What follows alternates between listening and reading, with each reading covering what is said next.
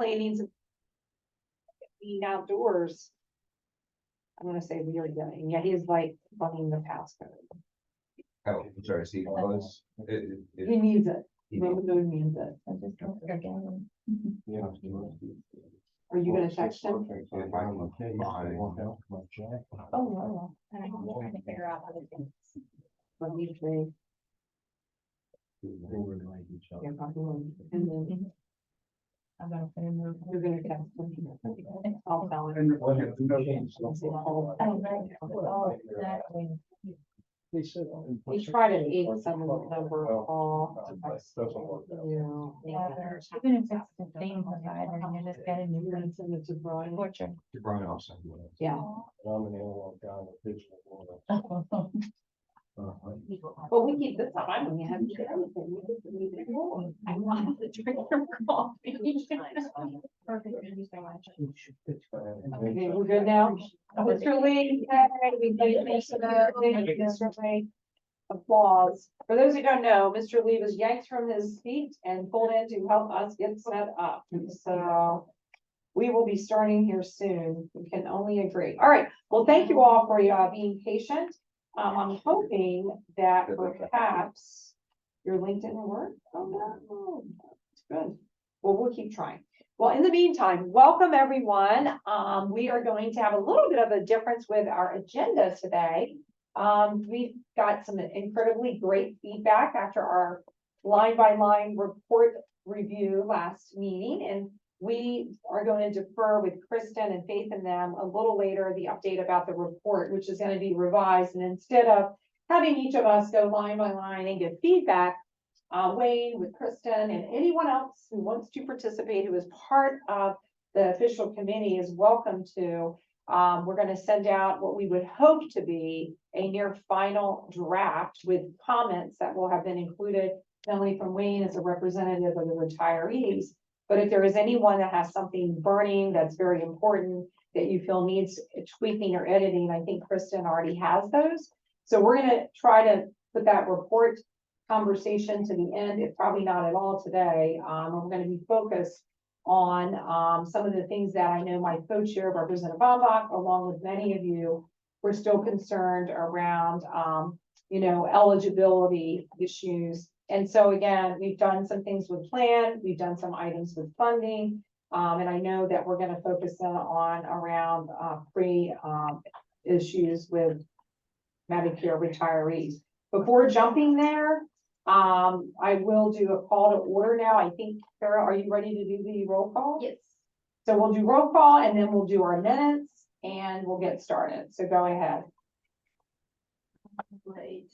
So His number may end 8601, if that helps. I have them right here. Okay. Right there. Good.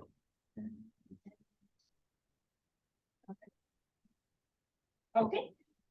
So here in the room, we do have Lieutenant Governor Hall Long, Representative Bombach, Wayne Emsley, Bill Oberly, Jeff Tashner, and Dave Creek logging in virtually. I have Secretary DeMatteis, Senator Pettyjohn, Mike Bagato, and Denise Allen. Did I miss anyone? Oh, and Representative Remote.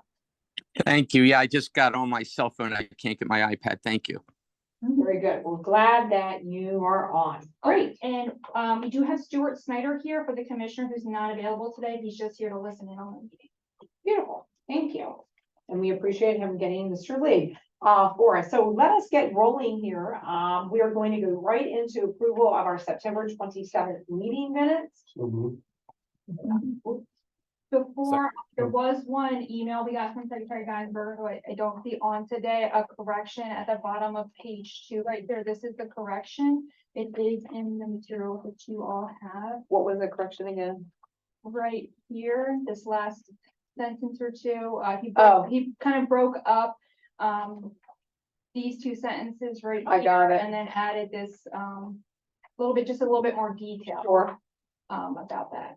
Sounds like the secretary. And for those participating virtually, this correction is not included in the minutes that you would have received. Yeah, and the correction's not. And so basically it was not all subcommittee members voted in favor of each motion. It was noted for the record that a member's vote in favor of this motion to approve the abbreviated report is not a vote in support of each recommendation. Thank you. All right. Madam Chair, I move that we approve the minutes as amended. Great, and we have a second, then we had a motion, a second, all in favor, signal by saying aye. Aye. All right, any abstentions or nays?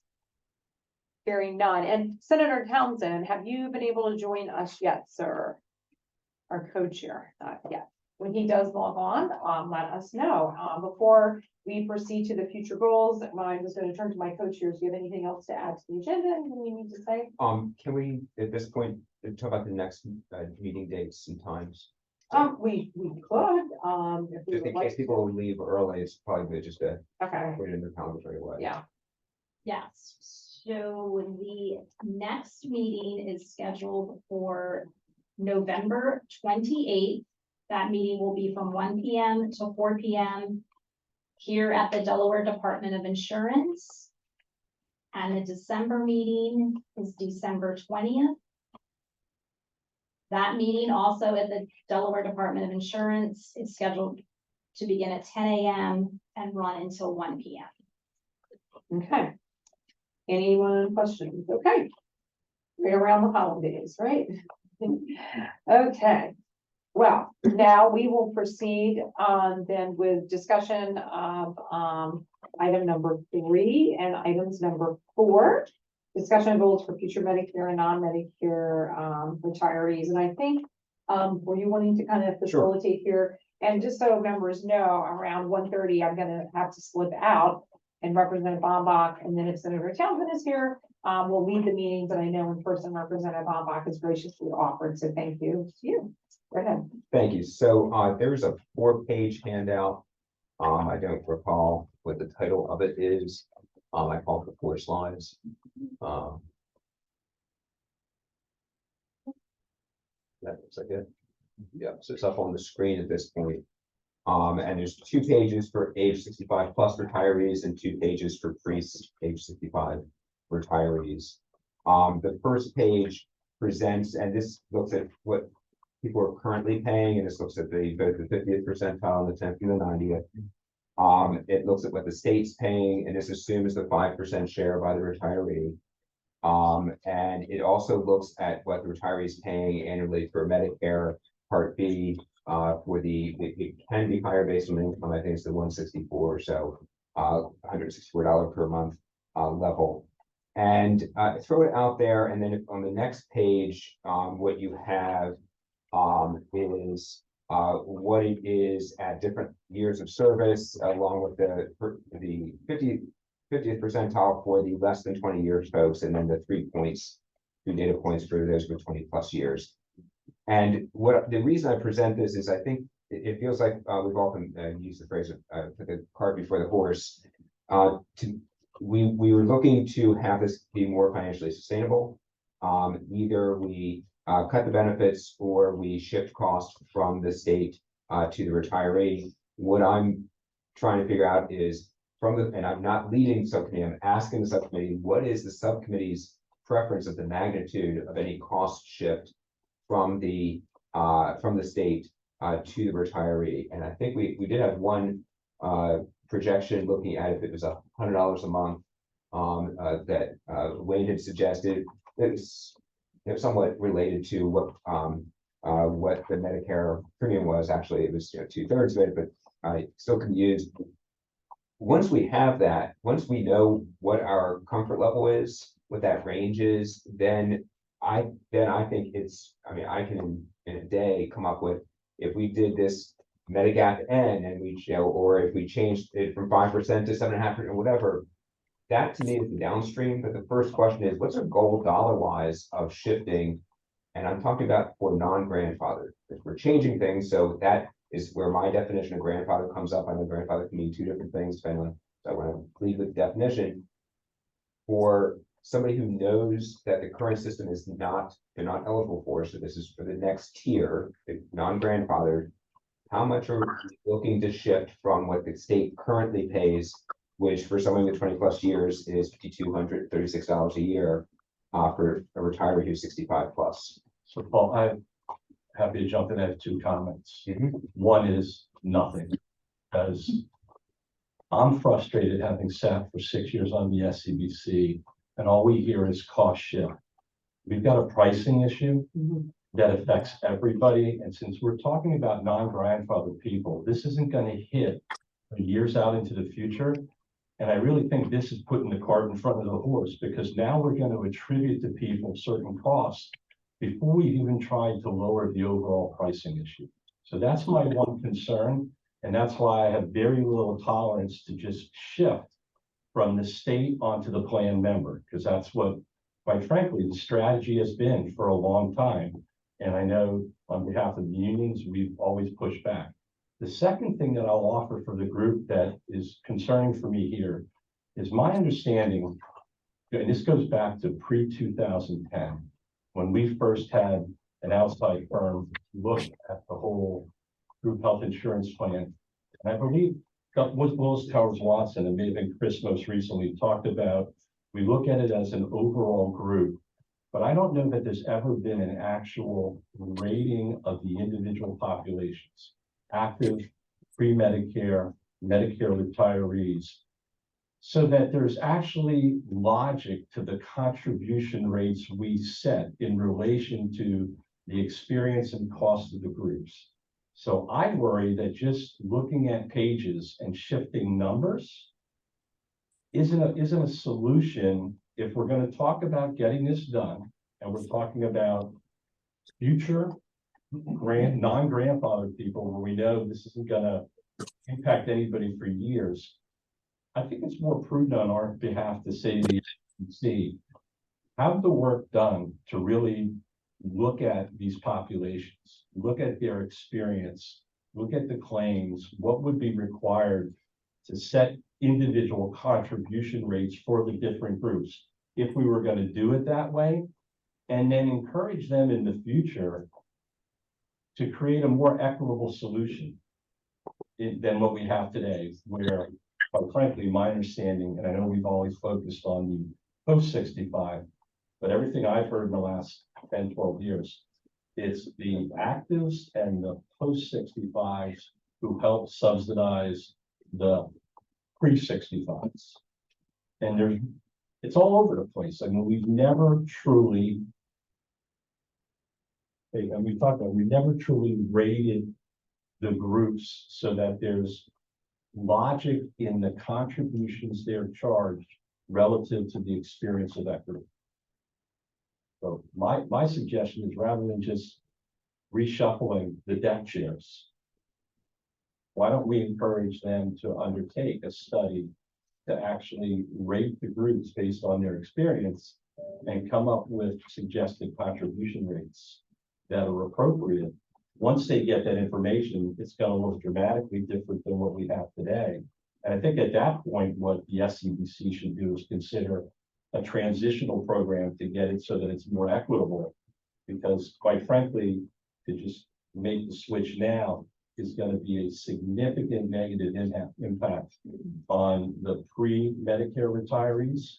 And I don't think we want to solve one problem by creating another one. So those are just the two things. When I saw the information and I saw Wayne's follow-up, that hit me based upon my time on the SEBC, on the Retirement Benefits Study Committee, and on this committee, that I wanted to share today.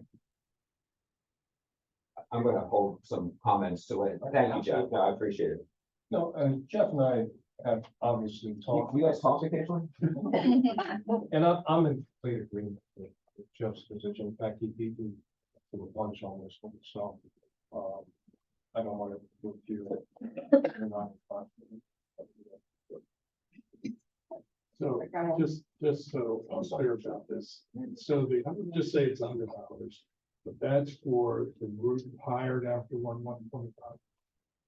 That, yes, that my expectation laying this out is based on what we voted on before, which is we don't change anything for those who are hired before 2025. So That's our recommendation. Obviously, the legislature, either one, Okay, could so- make it 1/1/2015. So then my comment would be, so those people at the earliest are going to be leaving 1/1/50. So whatever $100 now in 25 years, is that really going to be anything? So I would say I don't think it helps us to come up with analysis. Thank you for that. I've heard that before, and I should have talked about that. Let's see if everybody else okay online? If not, Paul will go ahead, represent it. Absolute perfect point of, if we go with a dollar amount today, it's going to be meaningless 20 years from now. Absolutely true. But if we translate a dollar amount today to a percent of the premium today, it will automatically adjust. So I didn't say that, but that is, that dollar amount today, I will take to make adjustments within percents or within between different Medigap plans. You say it goes from N to L or L to N because of that, and assume that the relative prices of L and N and G, move in concert between now and 2050 or whatever. Okay. So he's looking at a different categorization, and I think, this has been the challenge, right? And I think with Jeff, and your comments and the representative, it's getting at that initiative to have the state take an angle and look at things a little differently, whether it's the pricing versus a percent of contribution. And I think it's very clear, and thanks to members of our current retiree population, we know that their benefits are remaining as is, and we know that in the trajectory of people not even hired yet, things are going to be different, that there will be a level of necessary contribution at this point where the fiscal world is operating around health. So my thought is, I know Representative, you wanted to continue to present a few items. Well, I want to address the questions that Jeff and Bill have raised. On the cutting the costs first, I agree, except the except is, and actually on both of your points, I want to lead with both and. I don't think any of them should be done in isolation. Because the subcommittee has taken a position that we aren't changing things, we wouldn't change things until somebody who hasn't been hired yet retires way down the road. I do think what that says is the best way to have done this is to have acted 40 years ago, which obviously we didn't. Okay. And therefore I don't want to delay what we do for people 40 years from now. Well, I'm exaggerating, 25 years from now, waiting for something that in all likelihood is going to take 3 to 5 years to actually change the task force and contracts, all that sort of stuff. I'd rather come up with the changes now, if in one of those both and steps, such as task force looks at bringing healthcare costs down, that we find that we're saving 20% across the board, we can then make things better without waiting another, until that person retires. But we can't make it worse. At least that's the view of the subcommittee, is we're not going to make things worse for somebody during their working life. I think most people would be fine saying, if things get really better across the board, we can make things better. So I think what I hear you say is you'd like to lay down a marker on what the increase would be. And again, I struggle because I feel like we're being asked to put a puzzle together, but there's no picture on the box because we don't know what the future is. What I think, and again, this is that I'm thinking out loud, which is something you should never do unless you say you do it so people know you're doing it. Or you're in a small hot room, so you're allowed. That You got an excuse. anything we're doing in terms of money or percentages, the only way I could even begin to consider it is if it would be conditioned on these other things and reevaluating to make sure it's appropriately done. So my point is, and I'm gonna be honest with you, I think we got two big long-term issues that I shared with you. One is the pricing issue, which Billy and I have talked about a lot because it's been there for years, and that impacts everybody.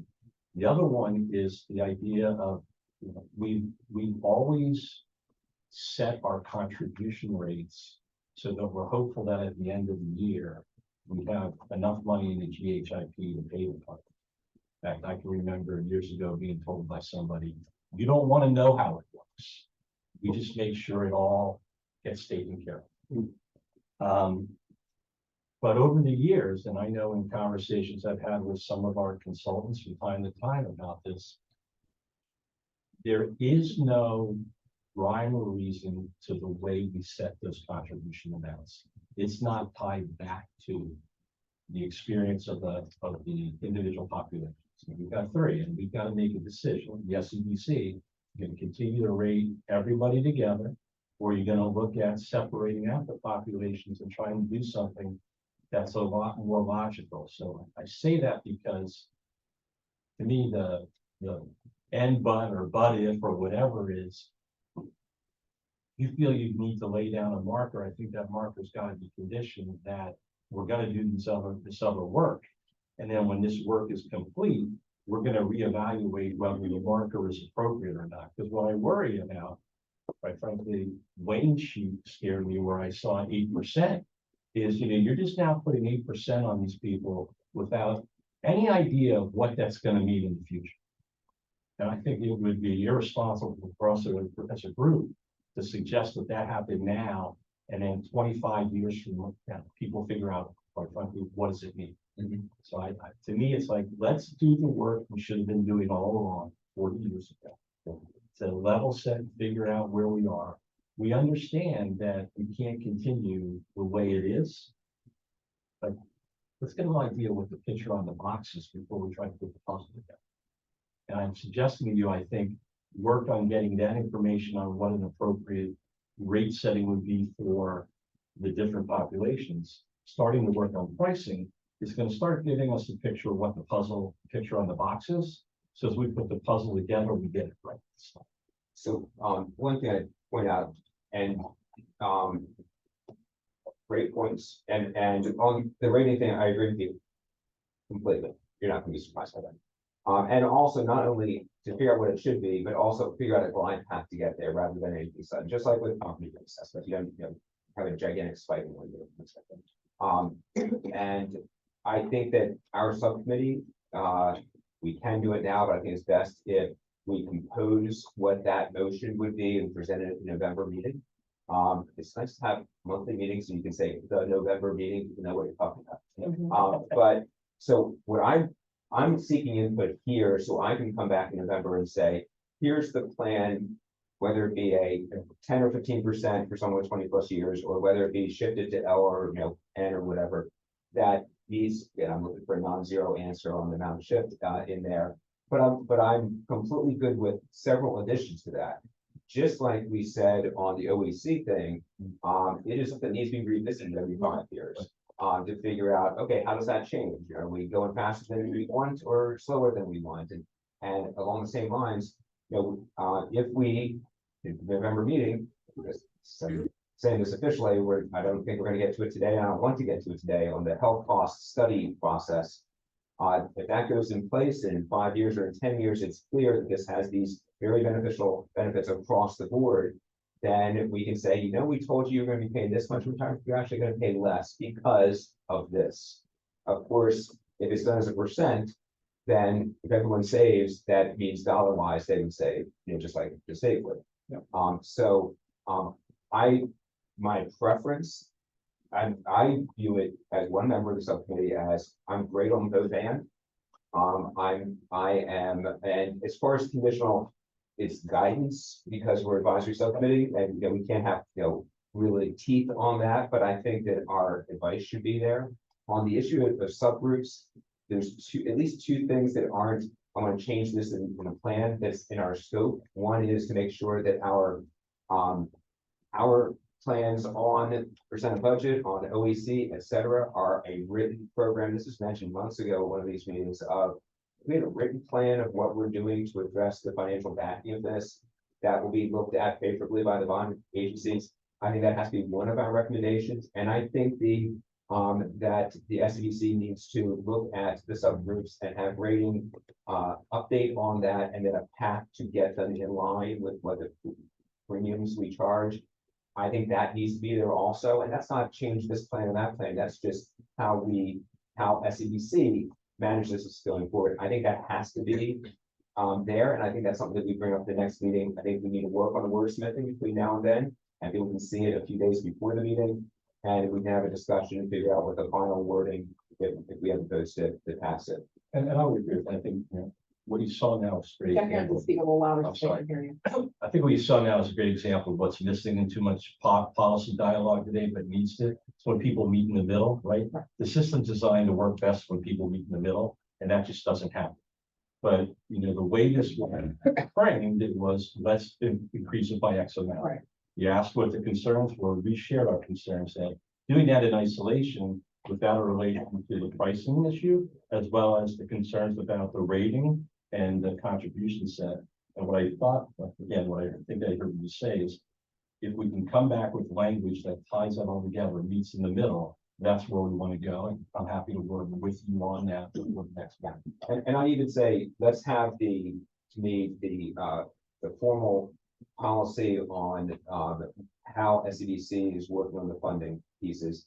Have that be addressed and passed before we get to this one, and the same thing on the health study process. Next month, I'd say let's move those guys up in the agenda, and then have the changes in plans be follow up.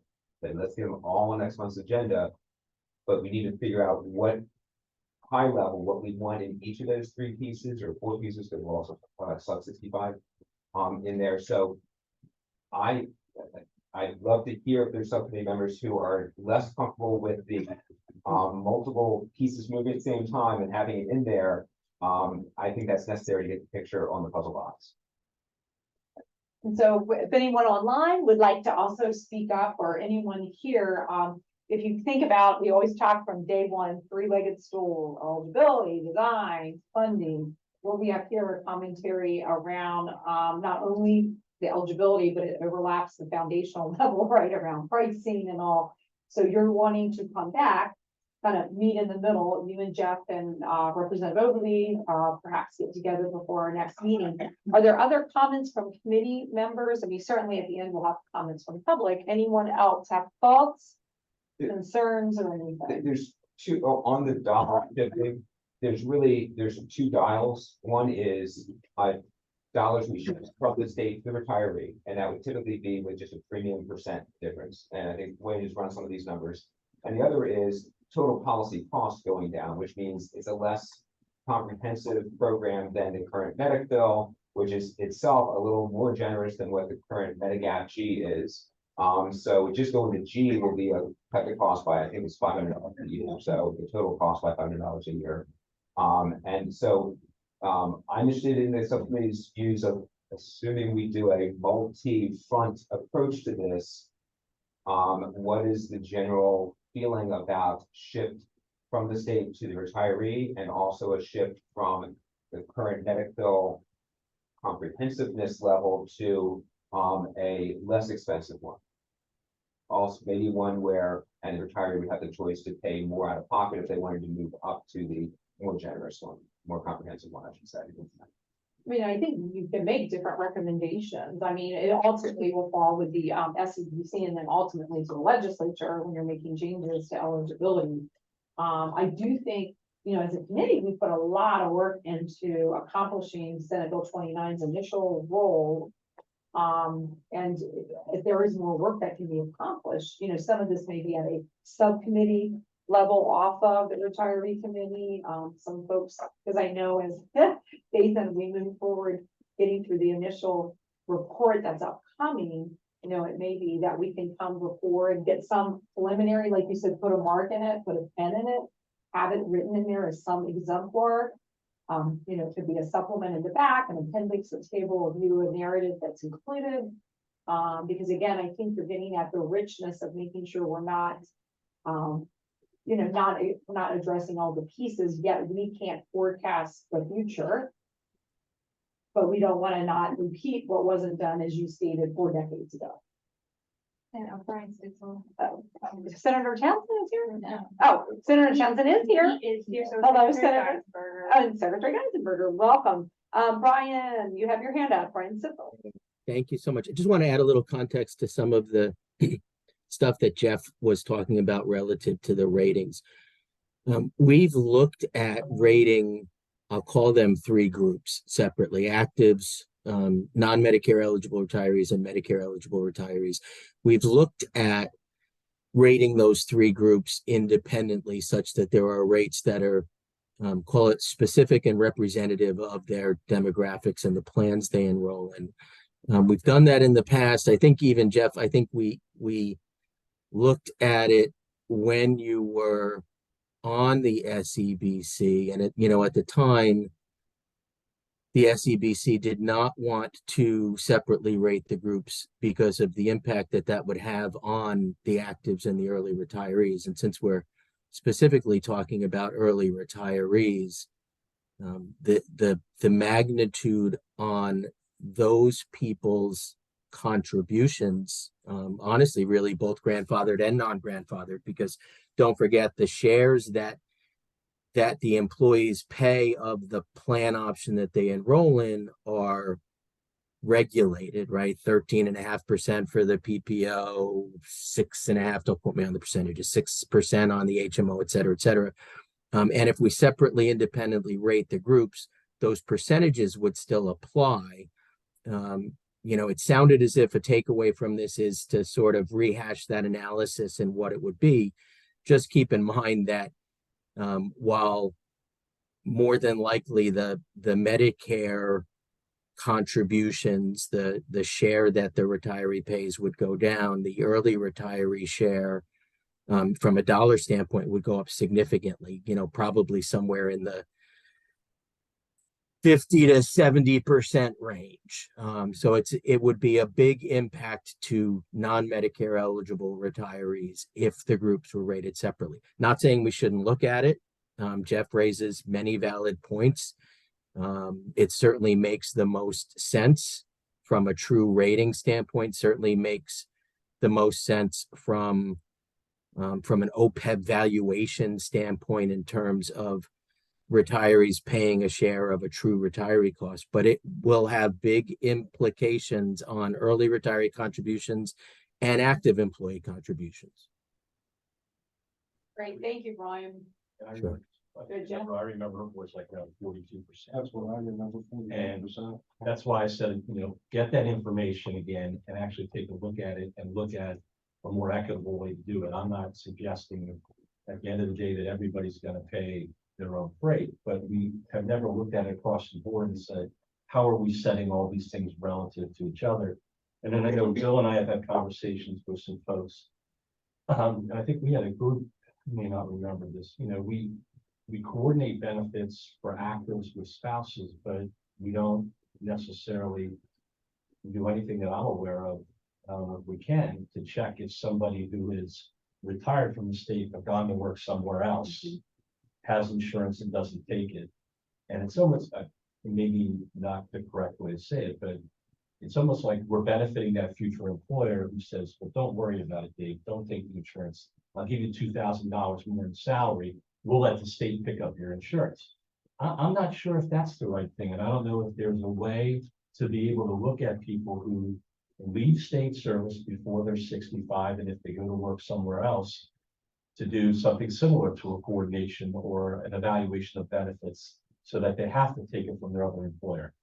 I don't know, but I think before we start just moving numbers, we should look at all those options to think, is there a better way to structure our entire GHIP in terms of how the different groups are rated and what we expect out of them in terms of contributions?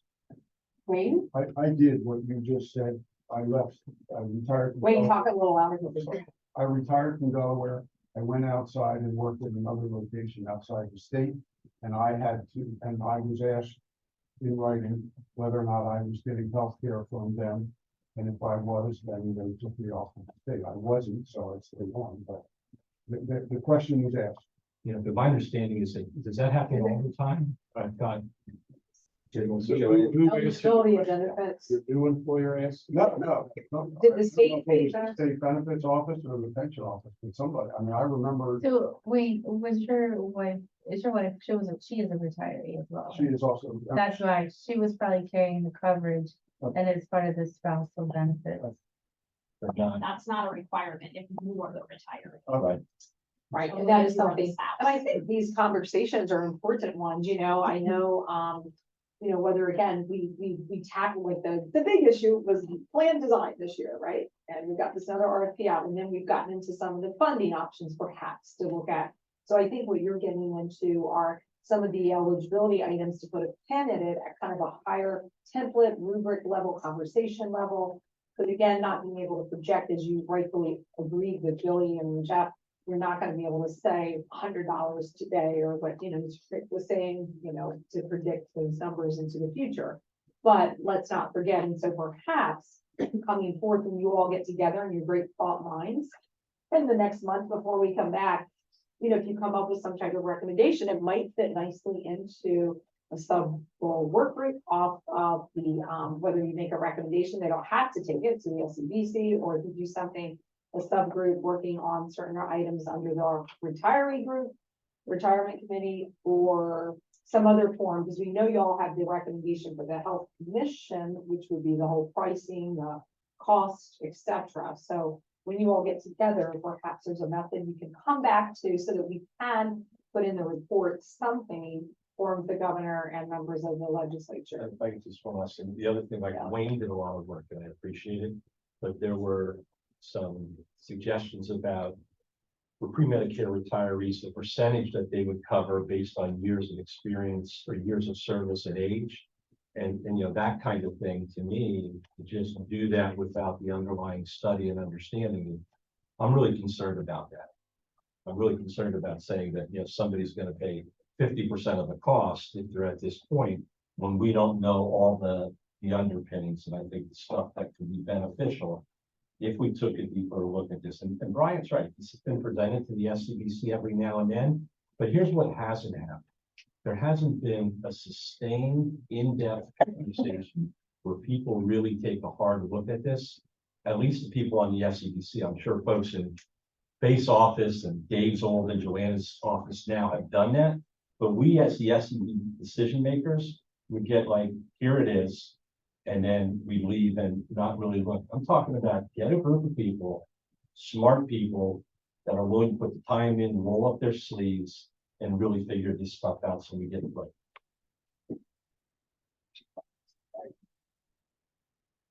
I feel You don't- thoughts brewing. Okay, Representative. We can figure it out, but I mean, that's. I'm trying to figure out is, and we haven't talked about what the future timeline is for this subcommittee, but would you picture if it was done by this subcommittee, is that would it be a subcommittee, or would it Well, be let me one talk about- dedicated meeting? Let me talk about it? this subcommittee first. So here's what I'll tell you. Having sat on the SEBC for a while where there were no subcommittees, and being the one who argued to bring back the subcommittees based on the prior advisory committee, I think the work of the SEBC has been greatly informed by the policy and healthcare and the finance subcommittee. I think having a third subcommittee, this one, that is there for the purpose of continuing to monitor and advise the SEBC on the retiree portion of the healthcare is nothing but a good thing. And I know we've gotten a couple of emails about what's our future. Mhm. I've read Senate Bill 29. I don't see where it ever goes away. I know there's some people like David and myself and others who won't be here forever, but somebody will be in our seats. I think this subcommittee should continue, because I think it is a benefit to the overall process to have a group whose sole focus is on retiree healthcare, to better inform the decision-making by the SEBC for the overall GHIP. And I think this would be appropriate work for that group. I think there'd be more time to So dig any in. You don't good- picture, for instance, in this meeting and the next meeting to come to a conclusion on that. I think if How this group, could you? I think if this group goes away after we deal with the issues that brought us here last year, we'll have done a disservice to everybody, because there's clearly value in a group that has the time to focus on these issues and provide input and guidance and advice and suggestions to the SEBC. And I can tell you that if the issue of the retiree health part of it will drop down considerably if we go to just the SEBC without this supplement. Yeah, Go ahead, Bill. Representative Overly. I've been pretty clear, I think, in several meetings, that there's a synergy and a balance in this committee that when I say I've served on hundreds of committees over my career, and this is special, and I think to not utilize the talent and dedication around this table, we'd be doing a disservice to everyone. So I would argue very strongly that we stay in place, that we continue the process. And I think ultimately that's gonna benefit the SEBC and policy around the GHIP in general. Thank you for that feedback. Does anyone have anything online? I know Representative Bombach has other comments, perhaps. Anyone? No hands raised. And again, go ahead. So if I'm gonna try to have us wrap up on the 65 plus. Maybe the two questions are, should we as the base for non-grandfathered, if we're retiring after those who, are currently in employees, but new hires when they retire, should our base case be a Medigap similar to the current Medic bill, or maybe even Medicare G, or do you think the base case for them should be a less comprehensive program? Question one. Question two, should the share be different than the 5%, 95% split for someone with 20 plus years experience?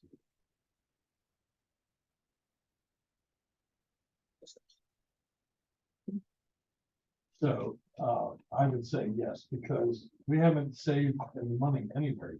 So, and that's why we grandfathered these people that serve around. So that's the time now we can make the decision, you're gonna pay more. And it'd probably be a lesser pay. And, but who knows what it's gonna look like. I think yes, we need to. And I think until we really uncork the pricing model, it's probably premature. I'm not saying we shouldn't move in that direction, but it may be premature to address these sorts of issues. As Jeff said, on the last week, we're talking about nickels and dimes when there's 50s and 100s. So I think the bedrock of everything we do in the employer ought to focus on the price. And then we make those decisions down the road in terms of, benefits the owners of it. And when you end up just a sec. The reason I'm not embracing that the way that you and Jeff are is because of the motion we took a while ago that it only applies to people who were hired after 2024. I see such a long timeline that if this or successor continues in that view of changes that are less generous can't be applied to current employees. I don't want to delay. I want to have now, if you're hired in 2025 or beyond, you're going to get less generous than what we have now. If we save, if we do that by pennies and we've got dollar savings because of another effort that unfolds over the next 5 or 10 years, win-win, no problem. And we can have stipulated our recommendation that it be revisited, recalculated, etc. But if it isn't, I don't want to have lost 5 or 6 years before we can apply that to that future retiree. And the question was less generous in the form of a G or possibly even an L or an L. Or a higher percent share for 5% or both. And my recollection is if we go to, like, if we did it today, going to either of those would save money compared to the medical. It would. So there would be some savings. Yes. The question becomes, is that savings split between the state and the retiree at the current level, or do we want to shift someone to the retiree? And I would hope that we could achieve savings and split it equally so that both parties benefit. But again, this is like trying to put the puzzle together when there's no picture on the box. Because we don't know if G&L are going to be around when these people are going for the healthcare. It could be something different. We're just kind of, again, putting a target out there so that when we get to that point in the future, we know what we're going to do. We're not guaranteeing them the medical as we have for everybody who will be employed by the state prior on 1/1/25. We're saying to them, you're going to get something that equates to this. When we're talking to a new employee in 2025, and we're talking about 20, 30 years from now, there's no question an awful lot's going to change that we just don't know. But what we're saying is in good faith, if nothing changes, here's the Medigap that you would get, and here's the amount that you pay. Right. And SEBC is charged with every time that any of those subcomponents changes, they need to roll with it in a equitable way.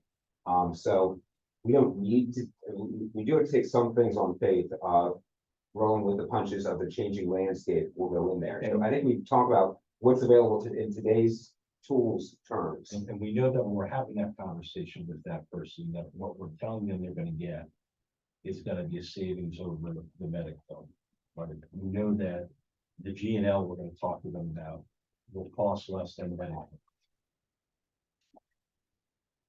Where I run into a problem is my experience over the last several years is so many times I've been told this is going to be a savings. And what it has been is it's a shift. And I just have a real fundamental problem with just shifting costs from the state to the plan member, be they retiree or active, when we're not doing what we need to do to save money overall, which is taking on the pricing. And that's the problem you have with me, is this is a conditioned learned response, having been part of this process for 10 to 15 years, where quite frankly, all we were getting, I mean, there were sometimes we did things that lowered the overall cost a little bit, but most of the proposals were, how could we shift costs? Yeah. And that's something I'm fundamentally opposed to. So in magnitude, the shift from medic bill to G is $250 a year ballpark. It's savings, that's the savings. That's the savings, Savings. And then you and want, 95% of it accrues to the state, because the state pays 95% of it, and 5% accrues to. so the state gets 95% of that savings. The member gets 5, so the Each state party gets, saves 5%. so say if it's 225, you say 225? 250. 250, Yeah. so what, the state would save $237.50 per person, the person would save $12.50. Yep. But we still want to, even though the state is saving a lot more, we now want to say to that person, and oh, by the way, even though the state's saved $237.50, we now want you to pay another $100, so they save $337.50. That's the problem I have. If we're gonna save $250, why can't we just split that savings based on the current percentage? I've heard nothing to justify shifting onto the plan member other than, hey, that's another way for us to save money, but it's not helping the plan member. So let me try to cast it a different way. So this chart's pretty darn clear. The He's state- holding up the chart, Yeah, so for on the those who aren't screen. here on the screen. If you look at the state column, 52-36, if someone has 20+ years of Mhm. experience, are we aiming to have that fall, and by how much? As Well- the committee formed to address the challenge of the future financial stability. And I'm just making sure, are we talking about the same issue, which is this changing the 95.5? Or are you talking now about changing the amount you acquire at a certain point in your career? So to me, This is I'm based on at 30,000 foot, which is savings to the state, and then we go into it, how do we accomplish it? Do we get smaller plan, or do we get shift, as in percentage shift between the two? Because what this is showing is the percentage that somebody earns based on the years of service. That's what drives the difference here. The premium, what the premium shares based on years of service, yes. And that's that's different than the 95.5. Sorry. Help me So understand it better. the split we put in place for people after, was it January 1, 2012? Yeah. So what he's saying is the 95%, they then have to pay a portion of that, basically. Right. And Plus. now are you trying, so you want to split the, you want to change the 95.5? Or do you want to change the, I get 100% in 20 years? Because they're two different things that ultimately roll up in the amount the plan member pays and the amount that the state pays. Okay, I'm going to answer your question. And what I'm saying is, we came here to address this big budgeting shortfall, okay, of not having tomorrow's retirees covered. So my question is, when we leave this room, or when the subcommittee stops, ready for its final report, whatever that happens to be, what dollars per 20+ year retiree in the future, for grandfather ones, what do we want the state to be paying for them in today's dollars? Is it still 52-36? And if we have savings split 50-50 between the two, do we want that down by 10%? Do we want that down by 5%? Do we want that down by 20%? What are we looking to have the state paying for 65+ retiree. And keep in mind, the retiree share on the left does include what they're paying towards Medicare. So that's in that column. And again, there's a lot of other people that probably should be talking. The challenge I have when you say we want that down, is it because we're saving money or we're shifting money? I'm all for saving money, but I have a fundamental problem that we're going to shift it from the state onto the plan member, be they an active, a pre-Medicare retiree or retiree. So you're better, so is it correct that you are better having the default plan reduced to a less comprehensive one that saves money percentage-wise equally to the retiree in the state than changing the 595 balance? No, I don't think that's what I said. I said I'm in favor of savings, and I think there are savings that have been hanging out there in front of all of us for years that are eminently achievable because other states have done it. Maryland through a global budget, other places have legislated certain percentages of the CMS rates. I don't know why we can't figure it out, but that to me is savings for the current level of service. That's what happens when you pay a price that's too high. And it's clear that we have been paying a price in Delaware that is way too high for way too long. And that's the problem I want to get at. Before we say, we'll do a lesser level of service and save money that way. I'm looking for savings based on the prices we pay are too high. Let's get them right size and see what we can afford. And then once we right size the prices, if we say this can't be afforded, then let's look at changing the plan and cutting it back. I just don't want to jump to cutting the level of coverage. So I don't think that benefits anybody. If we had a shorter So grandfather. can I make a quick comment on that? Senator Townsend, Please yeah, go. please.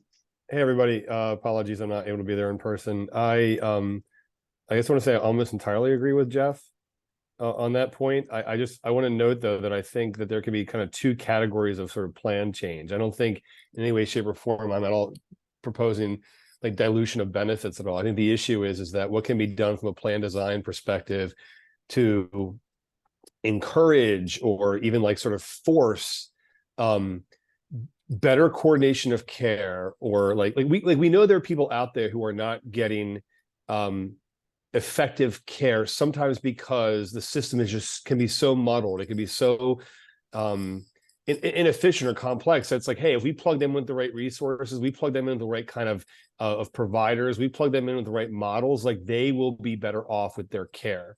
And the question is sort of, what does that look like? I don't think at all it's accurate to describe that as dilution of benefits, but the question is, can that sort of like care management only come through frameworks that have been used to dilute benefits or have been used not to focus on patient care? So there's that piece. So I think kind of trying to distinguish those as to what kind of coordinated care or care management actually achieves better aims, including provision of certain kinds of services or benefits to retirees or older Delawareans that we know puts them in a much better sort of quality of life position day to day, like quality of life position. So that we should be focusing on that as well. And I also want to make sure that I don't know if Jeff would disagree with that, but I want to make sure that if we can distinguish between kinds of care being provided or kinds of plan changes, then I think we can better serve our retirees. And on top of that, I fully agree with Jeff's point that, like, okay, even if we can do that, we still should be addressing pricing issues, price transparency, or just excessively high pricing that the Delaware market suffers from relative to other jurisdictions. And we absolutely can do a better job of addressing that issue, and we should. So I just wanted to weigh in real quick on that. And thank you, Senator, for that very much. And I know you even had read the book, and we were talking about the care and the elder and the models. For the team here, Representative Bombach and Senator Townsend will proceed. As you know, I'm dicing up my pardons board meeting today. Have to say, I don't know which one I prefer best. I have to say, enjoy you all very much. I will be leading, but I think we've had a very robust, important conversation. And the takeaway from those who had to join a little late on the initial call, we set some dates. We also discussed how there will be more of a draft review that will be circulated and the commentary from committee members from the embargoed report that will come back. So it'll be a little less painful. We won't be going line by line. And we'll continue to have this conversation about what we want to envision around whether it's eligibility or things perhaps under plan that we haven't already thought of for the final report. I think we have what we want around funding, but you know, what we want to include. And so thank you all for continuing to meet. And I will quietly leave and Paul and Brian are in. Take over. Thank you, Lieutenant Governor. Thank you. So Jeff, and others, if we stipulate that we're gonna have a cost analysis and doing our best to get that done, let's take that as a given. Is a provision of a less comprehensive plan for future retirees still something that you are very uncomfortable with? Tell me what you mean by a less comprehensive. A G, which is So I think 5% less comprehensive. I think we, as a group, have fundamentally agreed several meetings ago that we were looking at something other than the medic film for people after 1/1/25. Okay. And that we looked at G&L as being the most viable, right? Yes. And it's a question of, we can evaluate them based on what we know there are today. The challenge is we don't know what they'll look like in the future. But setting kind of that trajectory, that's where we want to go. No, I thought we had already agreed to that. We haven't voted on We it. haven't voted on it, but we had discussed it. So I'm trying to get us to a point where we can bring it up to the next meeting and vote on it. Where I run into an issue is when we say we're gonna do that, which we know will result in savings. Yes.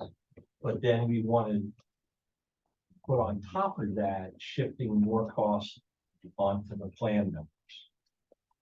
And that's what I've been hearing. That's where I run into a fundamental problem. I think we're going to achieve savings. And I think when we looked at the retiree population, you can do the $250 that we're talking about. And I believe that is a per month amount. Correct? Sorry, 250 annually or? No, that's And gross premium. No, that's annual. annual. But when Yes. we look at the number of people in the plan, we're talking several $1 million in savings. Right? 30,000 by 300 is maybe $1 million. Just my mental math about right, Dave. I'm counting on you being no, huh? Okay. Is that about right? Maybe $1 million. That's just the G. That's not the L is more. I'm sorry, the N is more. Yeah, and in the past discussions, we talked, I think, about providing an L, which I'm not suggesting we do that. So that they will buy up to it.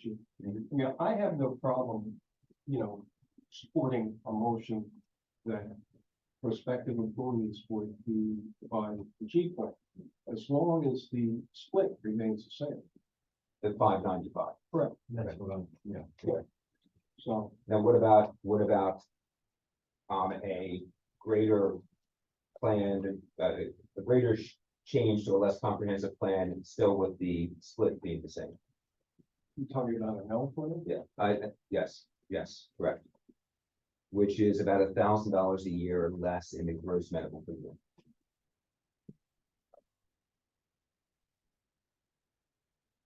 There were some instances, as I recall, that an L plan could have been more beneficial to a certain group. That's the most healthy, absolutely. More healthy.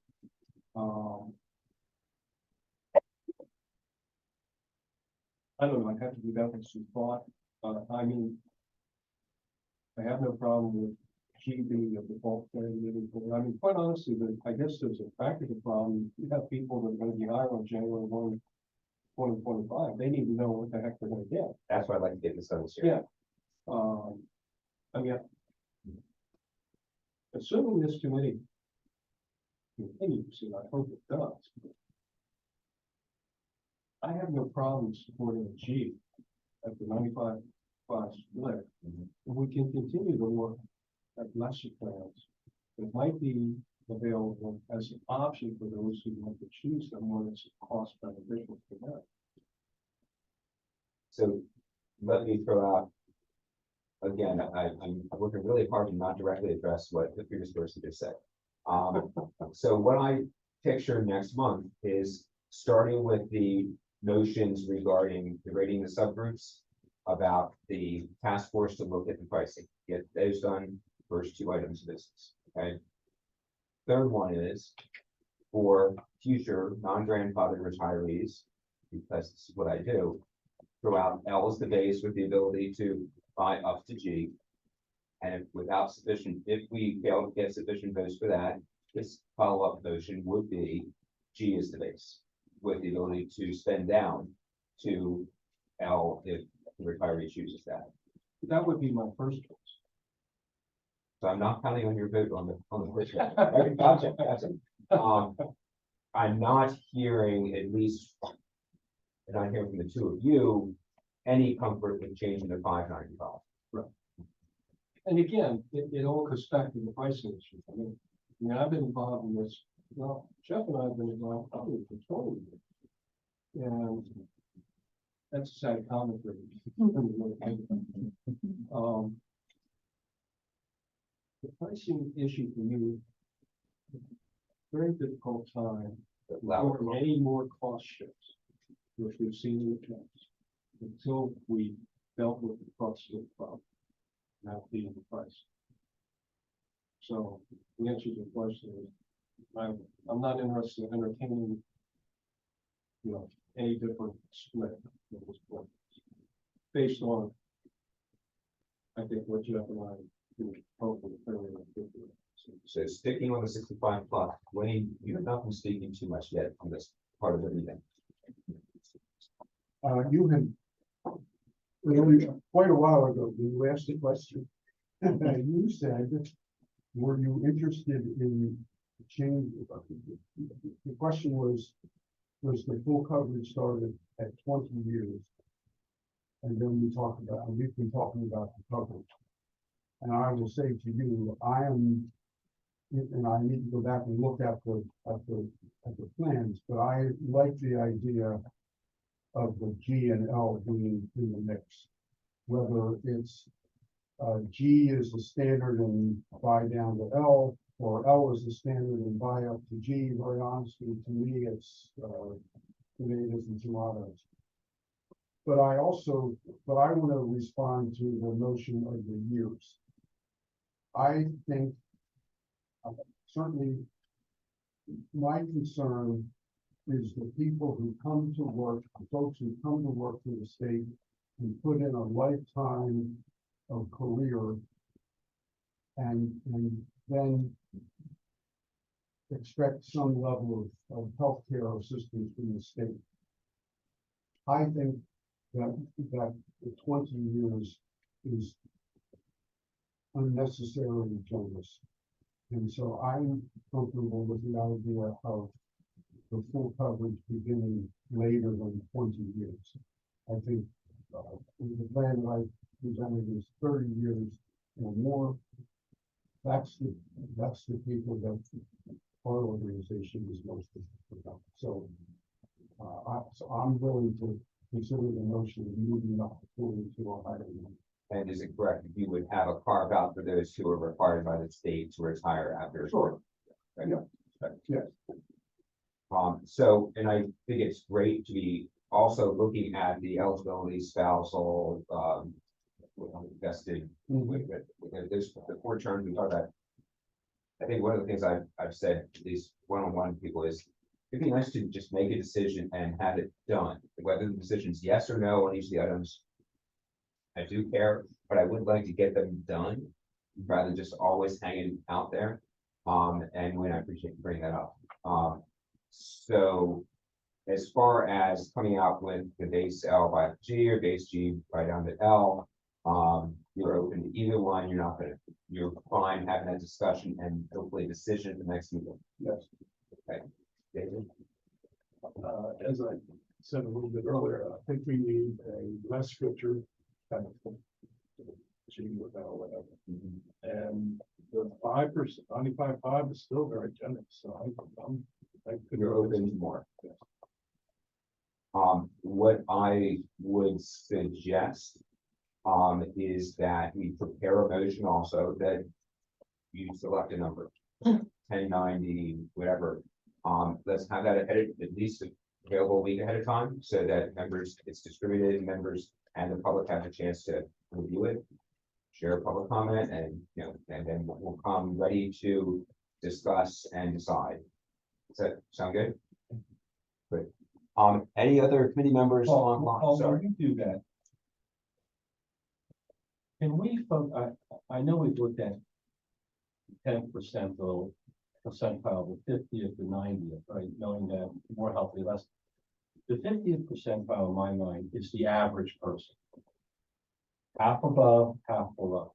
So when we come back with all these different variations, can we try to quantify the impact on that 50th percentile so we know how it is going to play out for people? I mean, you know this because I think I shared it with you.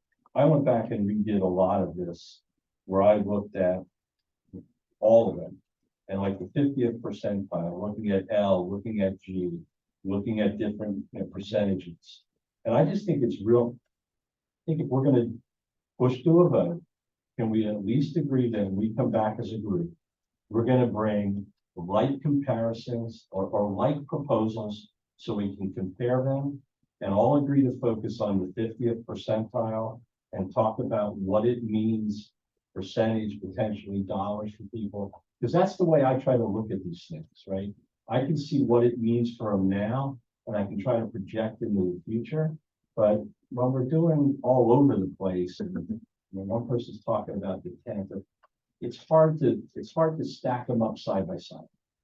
I guess I'm just asking, can we all focus on the 50th percentile? We have tons of data that you've given us as to what those people pay out of pocket costs, how if we're changing things, it'll shift, some of the out of pocket, different things like that. The LNG, we have estimates on what their out of pocket costs are. Because when you start moving to a different plan, and then you start moving to different percentages, the numbers are not just, oh, we're moving 2%. You have greater out of pocket costs. You have, I believe, a deductible that you don't have otherwise today. You have other things. And several times when I looked at this, they added up to, $1,500 to $2,000. And I just think that that's a lot to put on somebody who is in retirement or would be in retirement. And we're just moving it on to them. We're not lowering the cost. So I'm a broken record. I'll stop. Well, I mean, and Jeff, broken record means you've raised it before.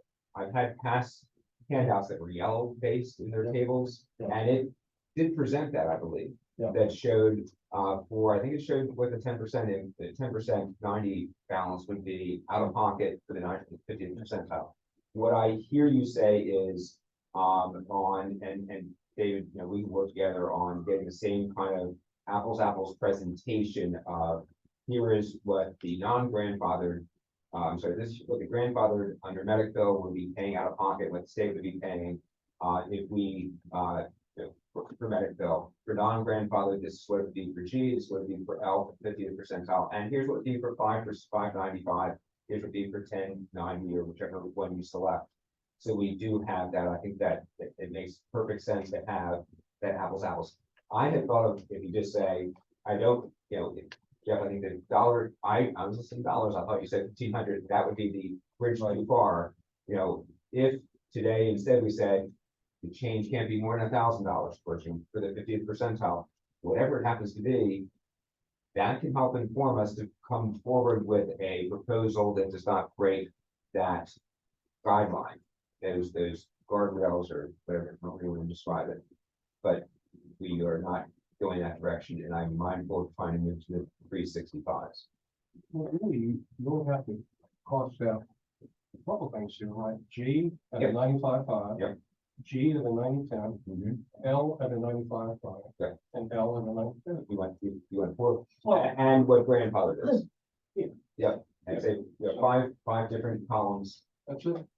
We do that. Okay. All right, good. That gives us something, that gives us where future. So the green, slide 3, is sub 65s, and this assumes the comprehensive PPO, which is the most commonly selected plan of our retirees. Is that accurate, Dave, or whomever? Please tell me yes on that. Yeah, yeah. Okay, thank you. Thank you, Carol. Oh, man, I was worried there. Okay, so the annual premium at the 50th percentile, well, the annual premium is 11,325. The retiree pays 13.25% or 1,500. There's no Medicare because of 365. No Medicare costs since they're retired and not paying into it as a salary, and they're not paying into premiums, not receiving it.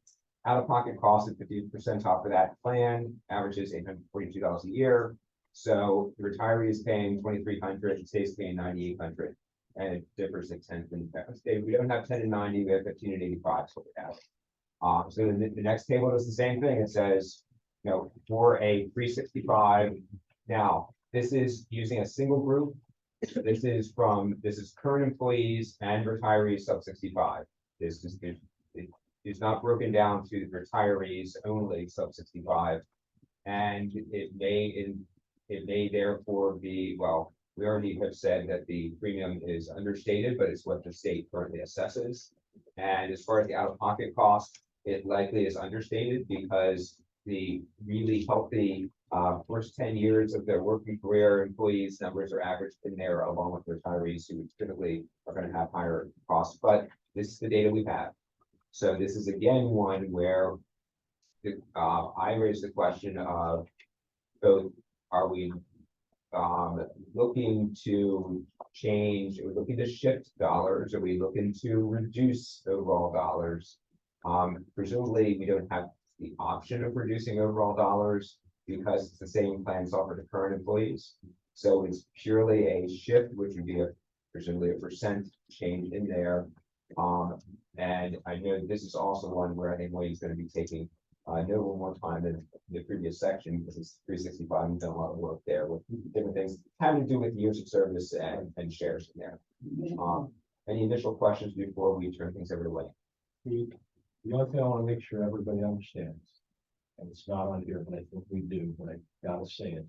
When we're looking at the age 65 plus, this is talking about supplemental coverage, which is 20% of the total cost of healthcare. The other 80% being paid by Medicare. When we're looking at the pre, we're talking about 100% of the cost. So I just want to make sure that as people look at this and they lay them side by side, wherever they are, they're not saying, oh my God, look at the disparity here. One's paying for 20% of the cost, one's paying for 100% of the cost. So you need to take that into consideration when you're looking at it. Absolutely. Wayne. Okay. Probably the thing to do is to get to the last few pages in the handout. That is these two pages. Let's do the script first. Let's do this page first. Carol. And this is a 2-pager. Yeah. 2-side. Yeah. But the real heart of this, and I think this is Paul was great at pulling down to an essential question. And so here, if you're looking about the center of this page, there's a chart. And that chart has age groups going across, starting at below age 48 and going up to beyond 65. And then down the chart are years of service, and they're in 5-year blocks. 20 or less is the lowest block. And so, to me, the essential question that needs to be asked here is, does this subcommittee want to consider the notion that for pre-65 folks, the amount of support that they're going to receive from the state, and conversely, the amount of support that they're going to need to provide for the healthcare, do we want that to be in some sort of gradation like there is in this chart? you know, if you don't like the number of years of service, or you think that 20 is too low, and you think it ought to be higher, then that's fine. We can move the numbers up and down. We can move the numbers side to side in terms of age. But can we agree on the notion that there ought to be some kind of a greater reward for age that you retire and number of years of service to the state or to the school district? Yeah, sounds good. So, and you have, no, actually, you're even changing on the 65+. Yeah, I put the 65+ in here because to me, you ought to see where this ends up. They're connected together, but I think we're focusing here on 365.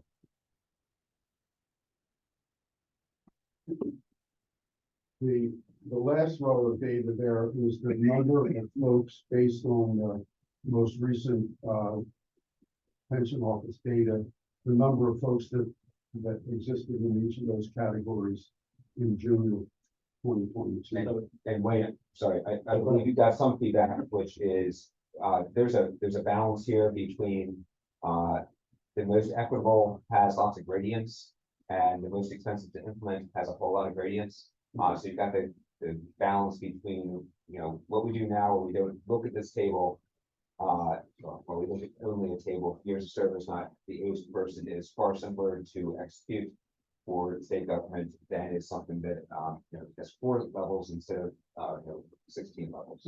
Right. So just want to make sure I understand the changes that are suggested. And I'm going to do it in 2 steps because I try to be sequential. I thought. So if I look at just the 65+ and compare that to today, if you are 15 years of service, you get 50%, 17.5 gets you 75, 20 or more gets you 100. You're suggesting that, or you're actually suggesting that at 65%, there would be the 5%, I guess, that they would pay in the 95-5 split. And then that somebody with 25 years of service up to 29 is only getting 80%. No, they're From the state, they're getting 80% from the state. Right, that's what I'm saying. yeah. Whereas today they'd be getting the 100. For 95. 95. Yeah. And then all the way down to 20 years, which currently would get them 100, or they would get 75 or 50, only gets them 50. And then you're actually suggesting that we lower that based upon retirement age, going from right to left.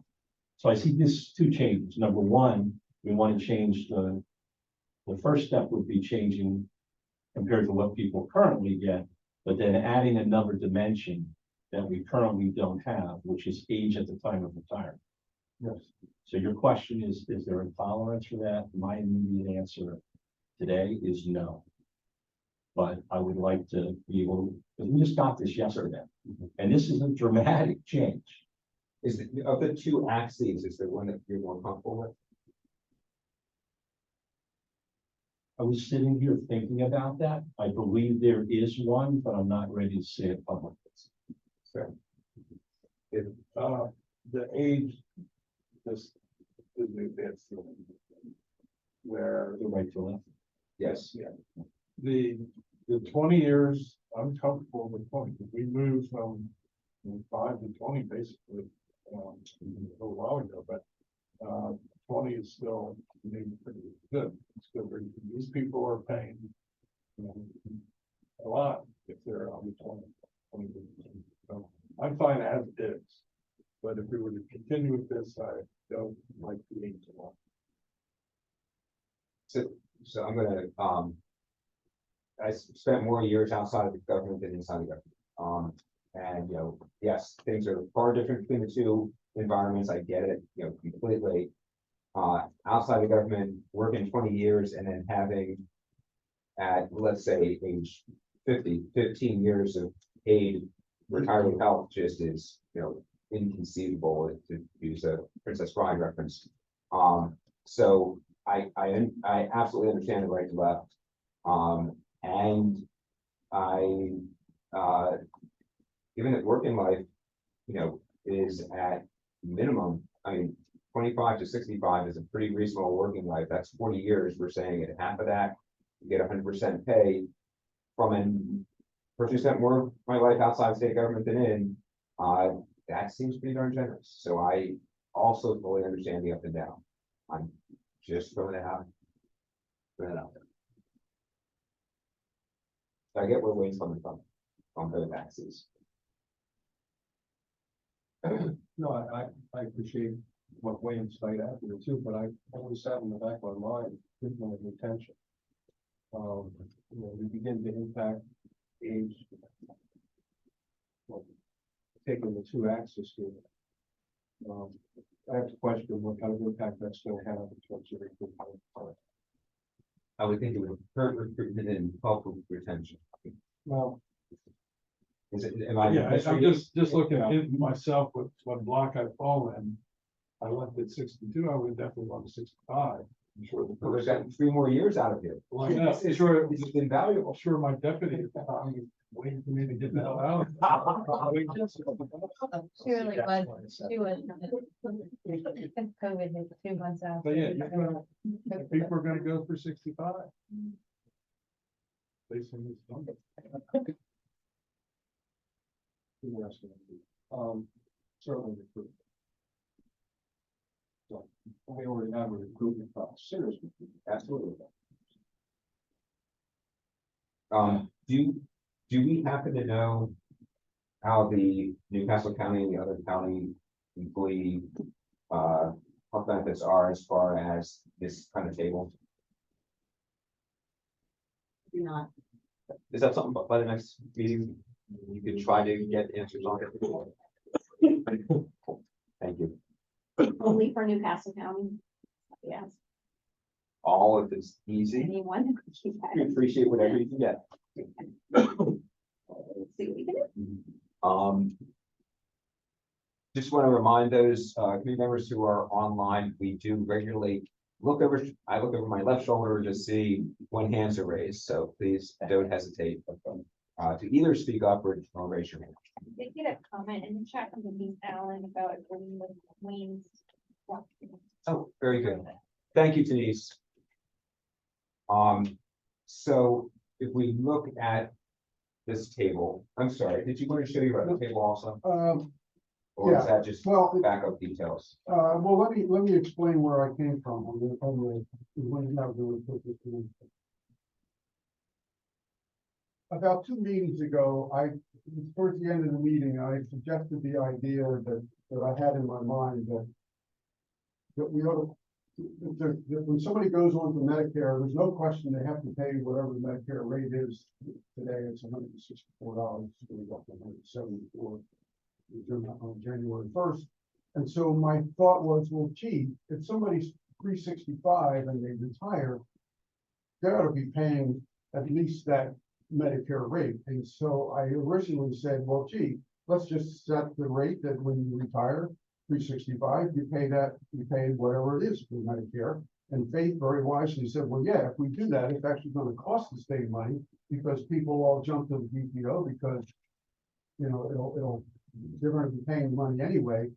And so I said, well, that's not a good idea. So then I came out with the idea, well, then maybe what I need to do is figure out some sort of percentage, something that's relatively easy to figure out, that you would add to the present percentage that they're paying that would get us somewhere close to what the Medicare rate is. And so I played with a bunch of numbers and came up with 8%.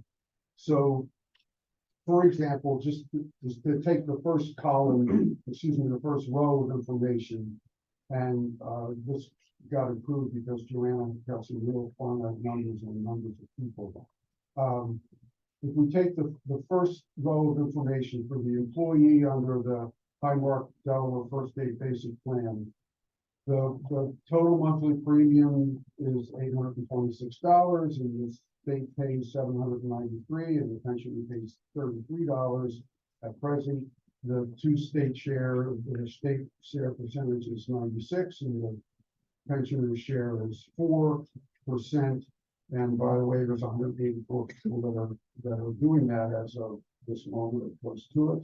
So now if we increase that 4% to 12%, obviously that decreases the states by the 8% also, and it raises the pensioners' premium from the $33.06 that it was to $99.40.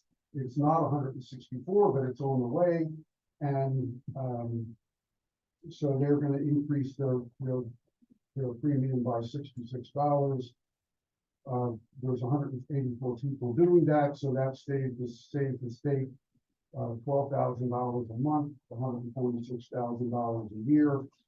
And you do that for each of the plans and do it for each of the columns, and there were 5,183 people that are in the group, and that multiplies out to about $6.3 million. And I think at the time, Paul was looking at something around $100 a month, and that comes out to $102 a month, and that was the closest I could get, Paul, to stay with the percentages. So that was my way of trying to get the pension, the 365 pension, close to what they'd be paying as a premium. This is a 30-year person, a person who's worked in the state for some time, to get them to some sort of equity to both Medicare and to the premium that they can pay as a 365 person. And just to be clear, that third column from your right, state serving per pensioner, Yeah. that's per month. Yes, So that's the amount that the state pensioner would now be picking up each month. yes. So that Yeah, would it's be the different state from saving, it's additional also, cost. it's the state saving with additional cost of the pensioner, yes. So we're looking at somebody paying probably about 800 to maybe, what would be the high? Maybe Well, the $2,300 a year, moving about $800 to $2,300. Talking the low is 6614, Mhm. the high of 194, doing them at 12 months. We're talking at shifting anywhere from $800 to $2,400 per year Yeah. on to the plan member. Yes, but I would add that person for the last item that you mentioned, that's a person who has a family plan.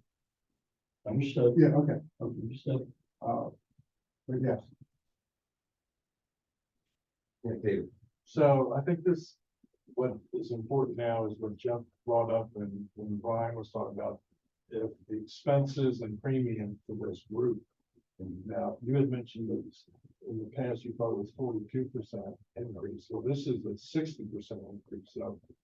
I wouldn't want to, flip this plan where they're paying more premium than expenses, so we might want to limit it to this expense discussion. And what that number comes out to, that might help guide you a little bit on this, instead of a 60% increase. But I agree with you, we need to increase it, but what's the number, but that might be a way to get to that. And that's the concern I maybe didn't articulate real well early on. I worry about just saying this is the increase we're going to make without doing the foundational work to understand what we need to do for the plan. And then I don't know where that takes us in the future. And we know this isn't going to hit down the road. So I'm not saying by any stretch of the means, kick the can down the road. That's not a good idea. What I am saying is rather than just throwing numbers, like Wayne said, I tried to make them fit. And I appreciate the work you did, but we have time. Can we take a more thorough, detailed, supported look at if we rated the plan, what would it be? What's the best way to move this? Because ideally, I think where we want to get is we want to have a group health insurance plan that provides the best available benefits we can in a sustainable way for all populations. And when we start kind of pulling a thread here, pulling a thread there, pulling a thread here, without taking a comprehensive look and the time to do it right, we know we sometimes create more problems than we solve, which is why we're here today. I don't want to do that again.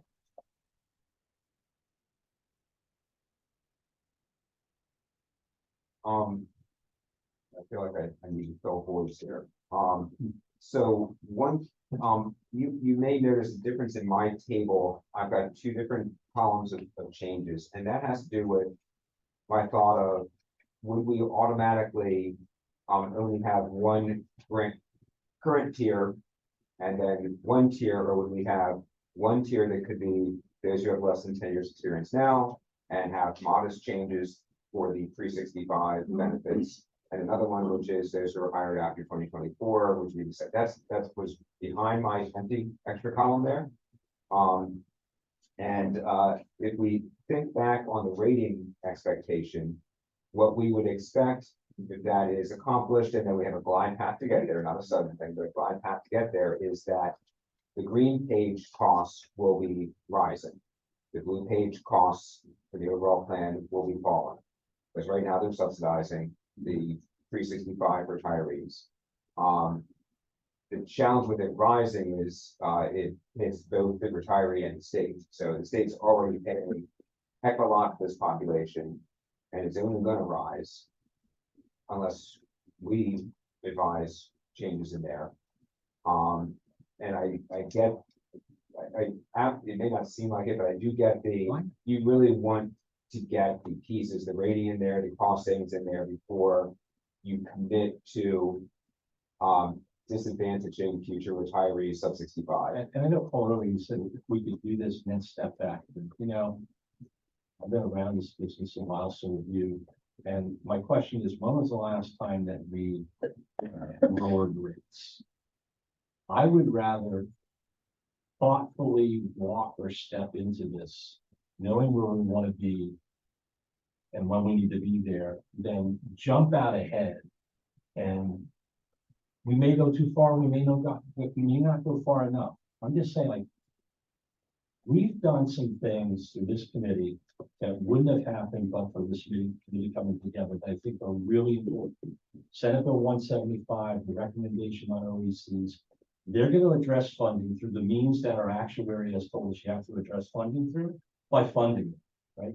As of today, we haven't increased the cost on anybody, post-Medicare, pre-Medicare. We talked a little bit about if we move to G or L or N or whatever, and we know that if we do that, it's going to be slightly, the coverage is going to be as close to Medicare as possible.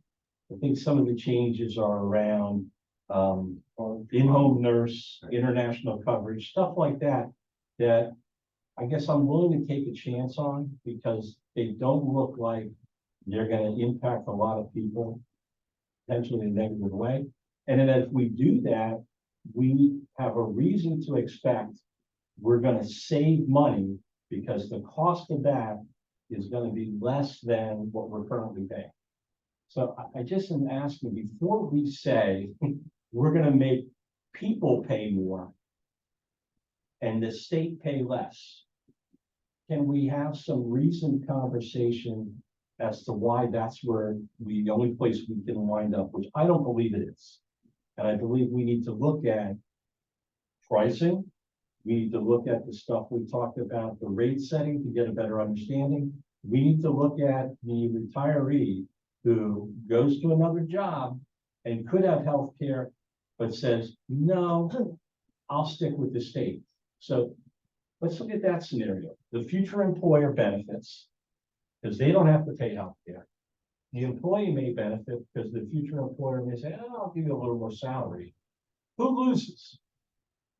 The state, the GHIP. And I just don't understand why, if we do spousal coordination of benefits to make sure that with actives and others, we're letting this whole, and I don't know what it could be or couldn't be, but I damn well know we should probably consider it and do something about it so that we're not letting other people get the benefit and we're hurting the plan. And when we hurt the plan, actives have to pay more, retirees have to pay more, the state pays more. Oh, and the taxpayers pay more because they fund it. But we're just going to let it happen. I want to stop doing that. So, maybe a path forward might include joining those two issues with the pricing resolution. I've got retiree coordination of benefits, OPEB funding policy written down as I want to have motions available a week ahead of time of the November meeting. Did I capture both of them, or is there one more? I think that's it. Yeah. Okay, I'm happy to I work. didn't mention it, but I wrote it down. Good. Let me throw one thing and then go to you. Okay. And I'm picking on you, Jeff, just because you're providing. Okay, and great another year I thoughts. get to decide whether I vote for you or not. I get it. Yeah, there's accountability. I would be more comfortable, and I don't think this is necessarily practical, but I'm gonna say it out loud anyway. I'd be more comfortable with the wait and see, until we get some progress on these things, I don't wanna agree to cutting back on a plan, shifting, etc. If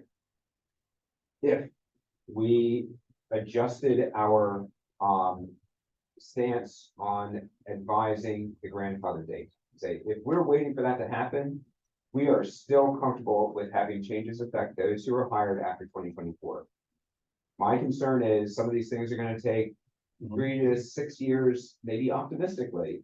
And then we're saying it's not gonna be effective until people who are hired after 2032. I've got anxiety about that. And again, everything we've talked about today, like I said earlier on, I'm willing to work with you in between. To see if there's that meet in the middle, because I think there is clearly room to do that. You asked me before, like, are you willing to do this or that? I have an idea, but I want to think about it a little bit more and flesh it out. So hopefully nothing that's been said today is like, no, we're in transient, nothing's gonna move. I just wanted to be a little bit more thoughtful between the next meeting and, I'm gonna suggest, we talked a lot about motions.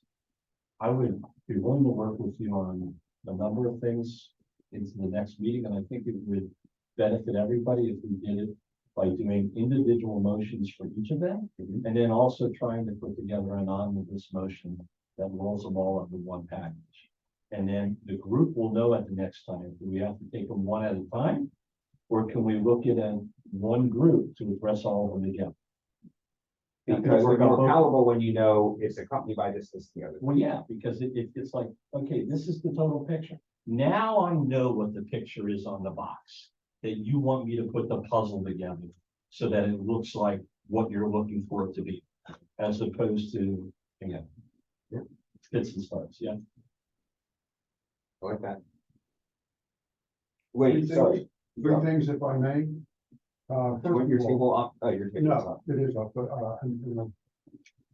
the first thing I want to say is, my sense is that if we rate the groups accurately, I don't think that's going to cost the state any money. Because, yeah, the rate for the pre-65s is going to go up, but the rate for the post-65s is going to go down. My sense is it's going to pretty much wash out. I would even argue it's gonna be better than that. Well, I say they pay 95% of the shrinking one, they get less than 95% of the growing one. But here's what it is gonna do, Wayne, it's gonna give us an accurate representation. Oh, No, let me finish. Okay. Because what we don't know now, we're being asked to make changes on coverage for different groups. But we don't know what we don't have in front of us, the experience and the claims for that group, the contributions that are being made, how close they are or how far they are away from things matching. So if we rate this, we will now have an accurate picture. And to me, what that then does is that says, where are our problems? And what, if any, changes should we consider? Right? I don't want to, all we're doing now is moving numbers from one column to another. And we're not making any real substantive changes about the coverage of any. And I'm not saying that I'm opposed to that, but I'm not going to do that without doing the legwork to understand what the problems are and how to address them. So that's why I would like to see these things rated, understand what the different populations are. And I think we may want to recommend, again, we're just an advisory subcommittee, and it may be, hey, SEBC, you got 1 of 3 populations in which you all have a claims rate that far exceeds the contribution rate. We suggest you guys should look at that and figure out what the hell to do about it. Because right now, I think some of us are trying to do all of the work for the SEBC for them. And I'm gonna tell you what, having sat on there for 6+ years, make them work. Make them work. Say it one more time, make them work, because quite frankly, and they can be as pissed off as hell as they want. A lot of times you walk into that room and it's like the only time people are thinking about it are inside the four walls. Not Faith in her office, not other people. I spent a boatload of time outside of there, but I can tell you, there are other people that walked in and they are decision makers. But I personally question the degree to which they're doing a lot of work to make decisions that are well informed. So make them work would be the best thing this committee could ever do. And, my point was simply that this, I don't think that the state is gonna, it's not gonna change the state's cost, but I certainly agree it's gonna change. It's gonna have the possibility of changing the rates significantly. Let's know where the problems 65. Well, let's know what the problems are. Well, I mean, they've got the rating data. The rating data's on the reports already. Okay. You know, Look to it. if I might, Yeah, well, I see this committee as a very, I mean, we've gotten at the subcommittee level, drips and drabs of the disparity between individual groups. The SEBC's got it. But I think we have an opportunity here to take a comprehensive look and to make a clear-cut recommendation to the SEBC that this is what this committee believes we ought to do moving forward to resolve what is clearly a problem in how these groups rated. What's that gonna look like? I couldn't tell you right now. I mean, I had 42% number in my mind. Clearly, you couldn't whack that 365 population with a 42% increase. I mean, that's untenable. But I think you used the term going on, you could ramp up over a period of time to make it work. And I think that's the detail that we're going to need to get the SEBC to do the right thing. I mean, I share the same concerns as Jeff. I mean, we do a lot of due diligence at the subcommittee level. Faith's office, SBO, does a lot of due diligence, but the SEBC, I mean, quite honestly, Jeff is the only member I ever saw on the SEBC that did his due diligence before he came in. So I think we serve a real role here in terms of educating the SEBC and saying, here's what you need to do. thank you. My other 2 points. Yes. You were talking about the increase in the, on the graph, on the spreadsheet. Remember that the Medicare is per person. And so when you look, for example, the employee, that's against one person. The employee and spouse, that's 2 people. So it's 2 times 164 or whatever the rate happens to be. You can't quite equate it for the employee and child with the family, but certainly because they're probably not on Medicare. I guess it's conceivable to have the family member that's on Medicare, the problem. And the third thing, if you're looking for motions at the next meeting, the one thing that we kept hearing over and over again from folks that in the public that were testifying was that they felt that they were promised the health care. And I think that ultimately the legislature, I think they need to ultimately say, yeah, it is a promise, or no, it's not. And so that way, and my thinking would be that somewhere in the employment process, be it a school district or some state agency or whatever, the person who's doing the input and the person who's getting input, the employee, signs a statement that says whatever the legislature decides in terms of the promiseness of the healthcare, they ought to both sign it so that there's no issue about that in the future, because that's something we heard, and I think You're buying something big like employment, that ought to be something that's code. Now, I don't know what the answer is, but I think that ought to be put out. But it sort of applies what we've been talking about here today. Well, And keep sort of dancing back to, and you probably know this way, you probably had too, I've had many people over the last 12 months send me emails or copies of things that people have handed them over the years. Yeah. And I'll be the first one to tell you, I don't believe there is a uniform approach to onboarding employees. And we're not just talking about the state, we're talking about 19 public school districts, because I've had to have this conversation with people over many years. Public school employees are not state employees. They're employed by each of their employing districts.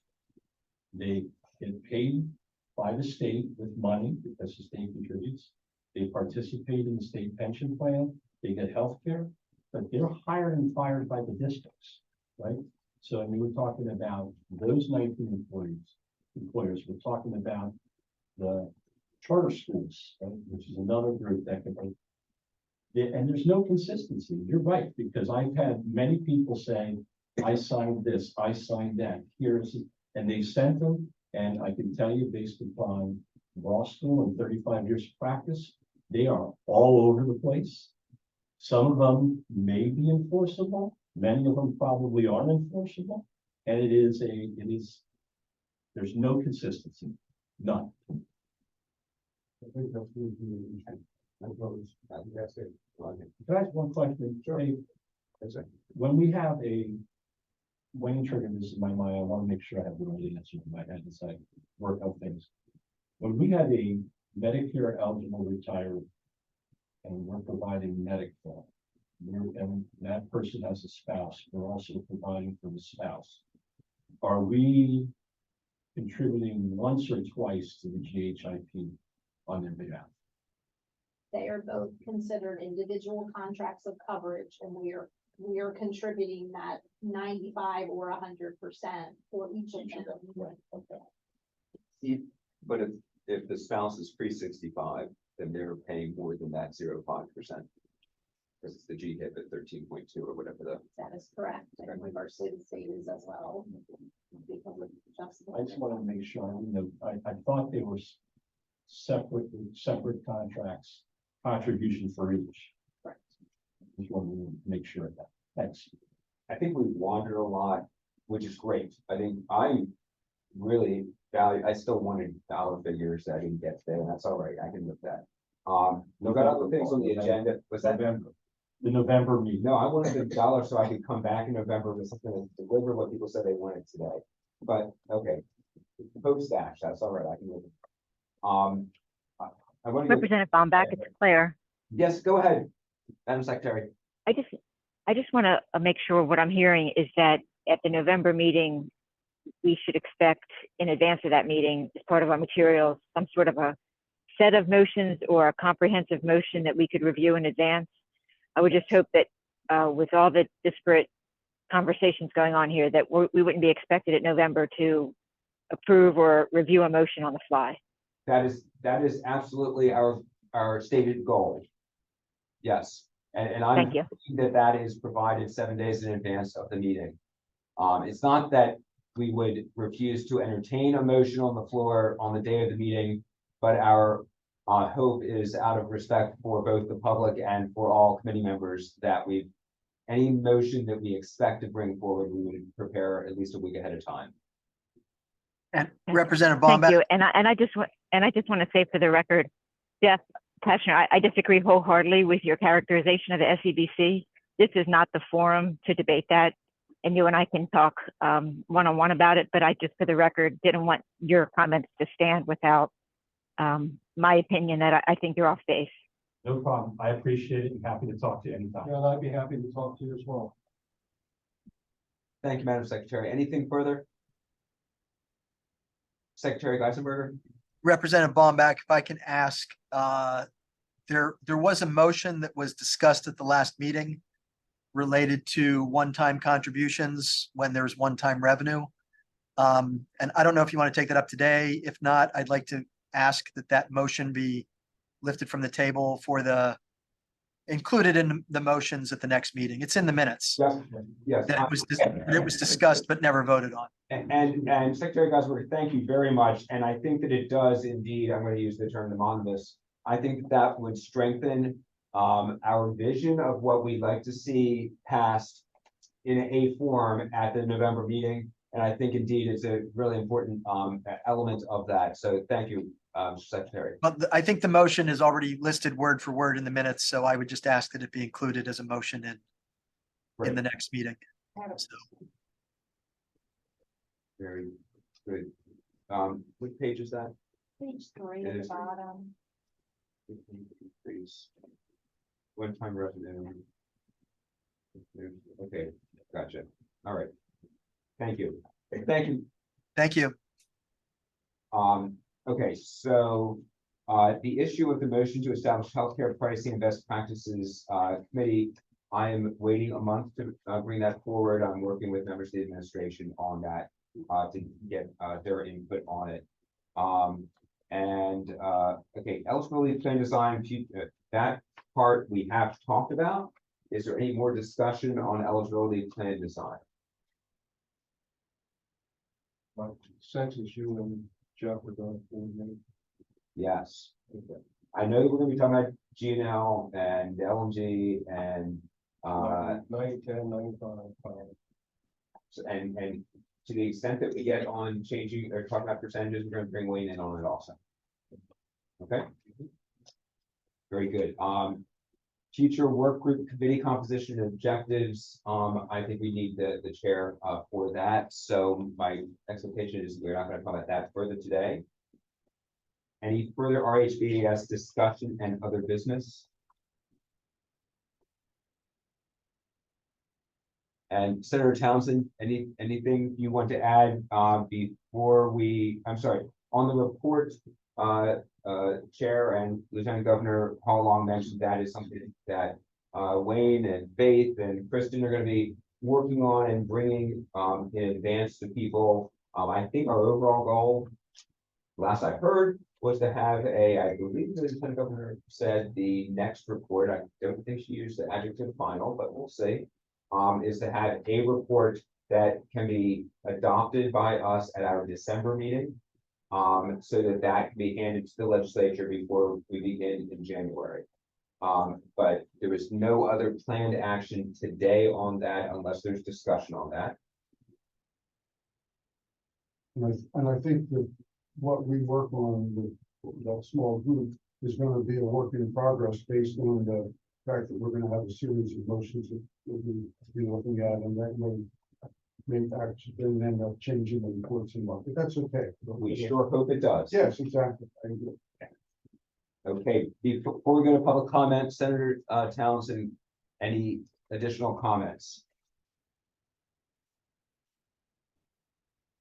All right, public comment. I don't have anybody pre-registered for public comment. Is there Anybody anybody in the room? Okay, let me see. Here,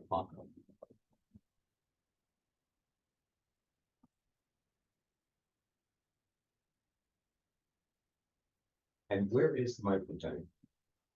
Oh, that way. There. So I'm gonna, this is a good start. You can come forward, identify yourself, share your comments. Is there anyone else in the room that wants to make a comment?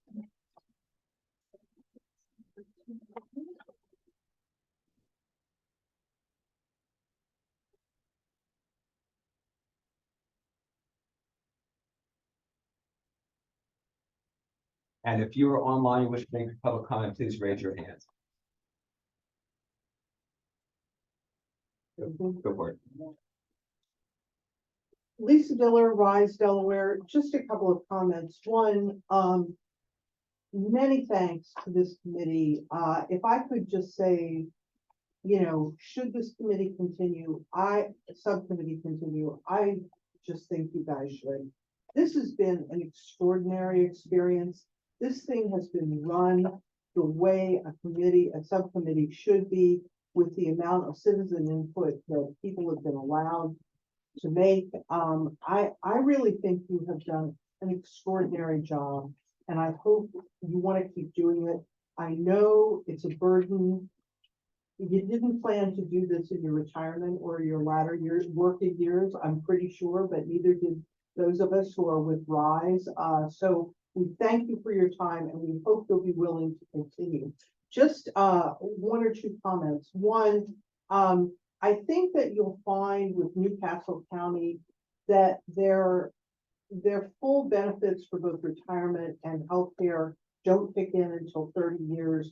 There's been some, you can check that with their HR department, but there's been some discussion, I don't know if it's in effect, of lowering the full age for both for our paramedics who have just take a lot of physical labor to do that. So they may be at a little lower group.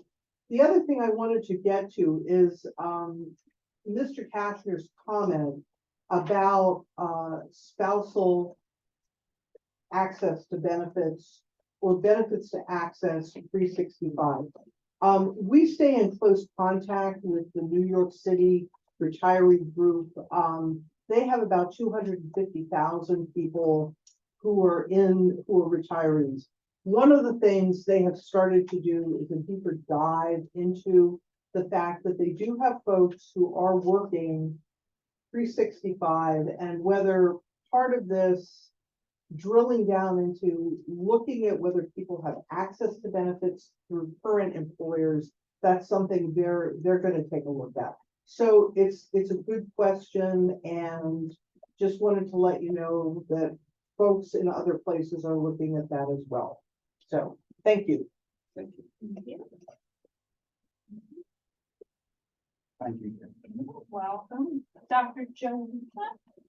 My name is Dr. Joe Luca, and I am a retired tenured faculty at the University of Delaware. And I too would like to express my gratitude for the way this committee works. As I said, I live in Florida, and I think there's very little of this kind of collegiality and including of public comment that happens in that state. So my wife and I come every October because I lived here for 40 years. I really appreciate it. The comment that I need to make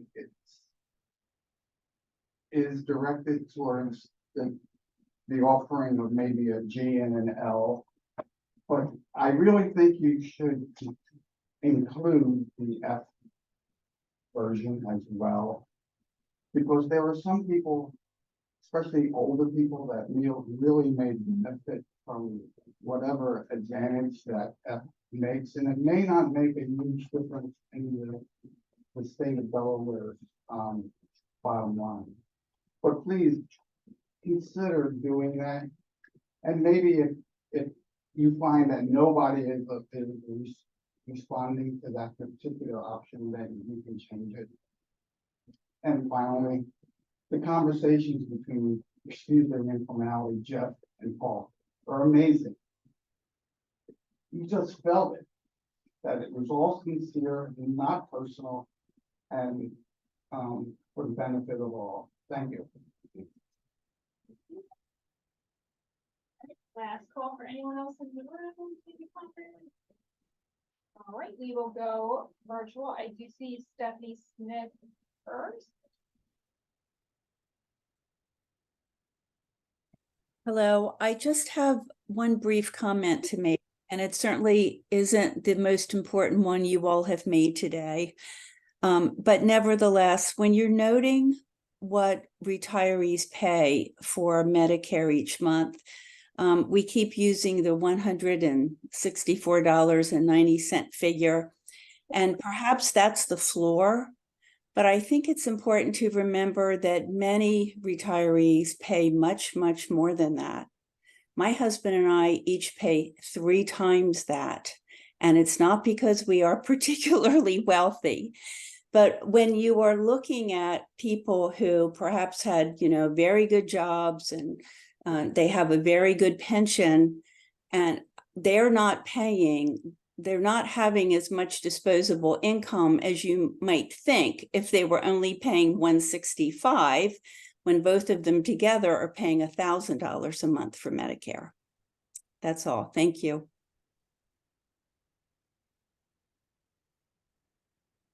Next, I have Steve LePage.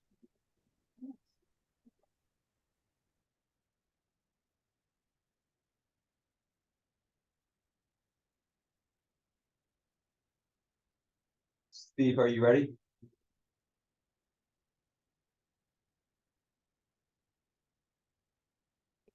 Can you hear me? Yes. Okay, great. The conversation was great today. I agree with Jeff and Bill on their thoughts that they displayed today.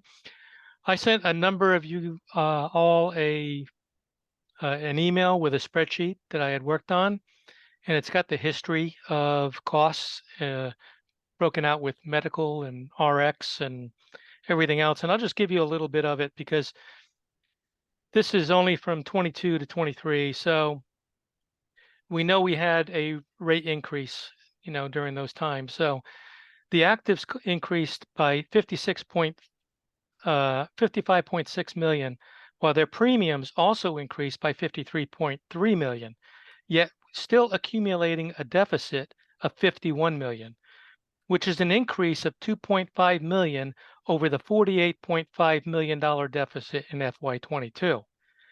The non-Medicare pre-65 costs increased by 15.3 million, while their premiums also increased by 7.6 million, yet they still accumulated a deficit of 37.5 million, which is an increase of 7.7 million over the 29.8 million deficit that they had in FY22. Medicare retiree costs increased by 4.5 million, while their premiums also increased by 3.4 million, yet still accumulating a surplus of 24.6 million, which is a decrease of 1.1 million over their surplus of 25.7 million in FY22. So I think this shows that pricing is most definitely a huge issue, and it really needs to be looked at. And I agree with Jeff and Bill. I think that the SEBC needs to take a look at each group and determine that if what group has a deficit, then they need to drill down even further and see what plans are causing those deficits. And if the folks in those plans are costing more in healthcare, they need to pay more in healthcare. That's just the bottom line. If you use more, you pay more. That's pretty simple to me. And I would also like to say that I would hope that this committee continues on their work in the coming year. I think there's still a lot of issues that need to be done. Oh, one more thing. We talked about the state, when you retire, going to get another job, do it like the military does. Require them to enroll in their new employer's insurance plan, and then the state becomes a second payer. I mean, that's going to save a ton of money. If you're 48 years old, you can work for another company, retire from the state, work for another company, but you go on the other company's healthcare plan, and then you can just the state becomes a second payer. Thank you.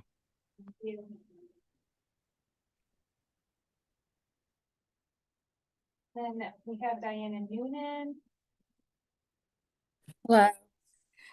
In listening to this discussion today, I was struck by the sentence, "We grandfathered these people, and now it is time for the decision to make them pay more." That is not grandfathering, but rather placing the onus on retirees and instead of accepting responsibility. Retirees draw a very minimal retirement income based on low salaries over 30 years or more. In addition, we rely on Social Security, and this year's Social Security cost of living for retirees is 3.2%. All you hear in the news is that the cost of living is too high and people are suffering. Well, seniors are certainly suffering too. Social Security also raised retiree premiums for 2024 for Part A and B. Part A will go from 164 to 174. So for about a $50 cost of living increase in Social Security, they will be charging approximately $26 in increased premiums, leaving us a grand total of $24 as a cost of living adjustment. Also, prescriptions have increased in price, so that probably isn't even considered. The truth is that retirees already pay a disproportionate amount for healthcare to income, and we are stretched to the max. The state of Delaware tried to trick us into Medicare Advantage. And yes, I feel that you were insincere in your initial efforts and that you just looked at the cost savings for the state and not an impact on people who worked for you for over 30 years. Healthcare is of primary importance to seniors. Our very lives depend on it. I also believe that the majority of the members on this subcommittee sincerely want to solve this problem while keeping to the promise made to retirees. This body has recommended grandfathering, and I'm very grateful for that. It certainly isn't grandfathering, though, if you raise the rates. It is just more deception. We have put a lifetime of service to the state of Delaware, and we have been assured during that time that we would be awarded a particular level of health care at retirement. And we have adjusted our retirement planning and our lives and with that promise in mind. Once again, I would remind you that the state's problem is a 20-year-old one. The state should be taking a larger risk in solving a problem that they purposely ignored by assuming at least 2 to 3% of the yearly budget to go towards the shortfall. Please grandfather the retirees and in the truest sense of the word and keep your promise. Thank you.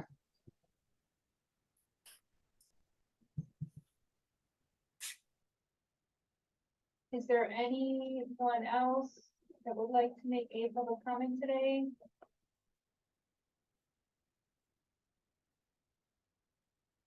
I know that it's not a practice to respond to public comment, but Diane, I either misspoke or was misheard. I think I was the one who was speaking. I was talking about where we've decided, we've advised in the past that we are not changing things for current retirees, current employees, and even those who are hired next year.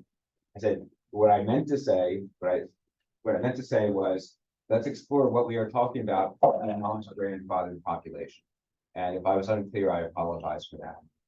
I was not planning to propose anything that violated the position that the committee took a few months ago.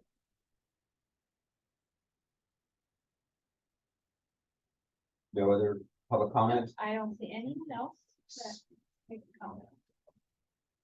Senator Townsend, any final words before we adjourn today? No final words. I appreciate Representative Baumbach. Thank you very much. Do I have a motion to adjourn? Don't move, Mr. Chair. Thank you all very much. November 28th, 1 to 4 p.m. here, maybe in a larger conference room.